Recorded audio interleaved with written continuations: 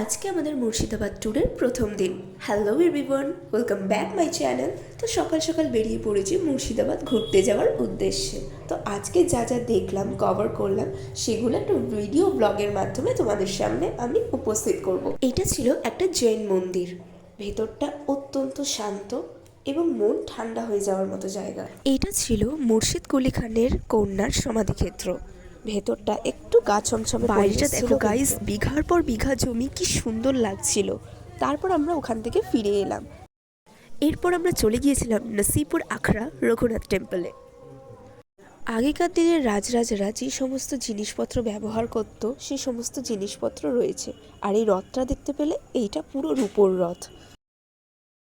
এছাড়াও এই জায়গার মধ্যে রয়েছে নানান রকমের মুদ্রা, রাজাদের ব্যবহার করা সমস্ত আসবাবপত্র এবং এছাড়াও নানান ধরনের ছোটোখাটো হাতিয়ার, দলিল ছিল। এখানে এমন এমন জায়গা ছিল যেখানে ক্যামেরা করা অ্যালাউ ছিল না, তাও তোমাদের যতটুকু সম্ভব আমি দেখানোর চেষ্টা করেছি। এরপর আমরা চলে গিয়েছিলাম নসিপুর রাজবাড়িতে। এখানে আমরা দেখতে পেলাম রাজবাড়িতে ব্যবহৃত এবং রাজাদের ব্যবহৃত বিভিন্ন ধরনের সরঞ্জাম, আর্ট গ্যালারি, বিভিন্ন ধরনের ক্রাফট, পেইন্টিং। এছাড়াও রাজরানীরা যে সমস্ত শাড়ি ব্যবহার করত, সে সমস্ত কিছু, সোনার বেনারসি, রূপোর কাজ করা শাড়ি ইত্যাদি সব কিছু। বিভিন্ন ধরনের নকশা কাজের পাশাপাশি পলাশির যুদ্ধে ব্যবহৃত হাতিয়ার, অষ্টধাতুর নানান ধরনের মূর্তি, এছাড়াও অনেক কিছুই ছিল। কিন্তু সব কিছু তো আর এইটুকুনি ব্লগে দেখানো সম্ভব না, তাই না?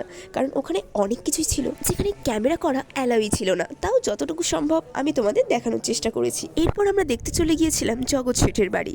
জগৎ শেঠের বাড়িতে তার কন্যা এবং স্ত্রীর ব্যবহৃত বিভিন্ন ধরনের জিনিসপত্র, আসবাবপত্র এবং তারা যে সমস্ত বস্ত্র পরিধান করত, সেই সমস্ত কিছুই সেখানে রয়েছে। এছাড়াও এখানে ছিল গুপ্তপথ বা সুড়ঙ্গ, যেখানে ভিডিও তোলা একদমই অ্যালাউ ছিল না। এরপর আমরা এমন একটা জায়গায় গেলাম যেটাকে ছোট্টখাটো চিড়িয়াখানা বললেই চলে। নানান ধরনের পাখি, মাছ, খরগোশ এবং নানান ধরনের ফুল ছিল। গাইস, ফুলের বাগান বলতে পারো। গাইস, এত সুন্দর লাগছিল, কি বলবো তোমাদের। শুনেছি এখানে নাকি প্রি ওয়েডিং ফটোশ্যুট হয়। অবশ্যই জায়গাটা সত্যি খুব সুন্দর, লাইক হেভেন। এরপর আমরা চলে গেলাম নানান ধরনের রং বেরঙের পাখি দেখতে। সো সব কিছু ঘোরার পরে আমরা চলে গেলাম বাড়ির উদ্দেশ্যে।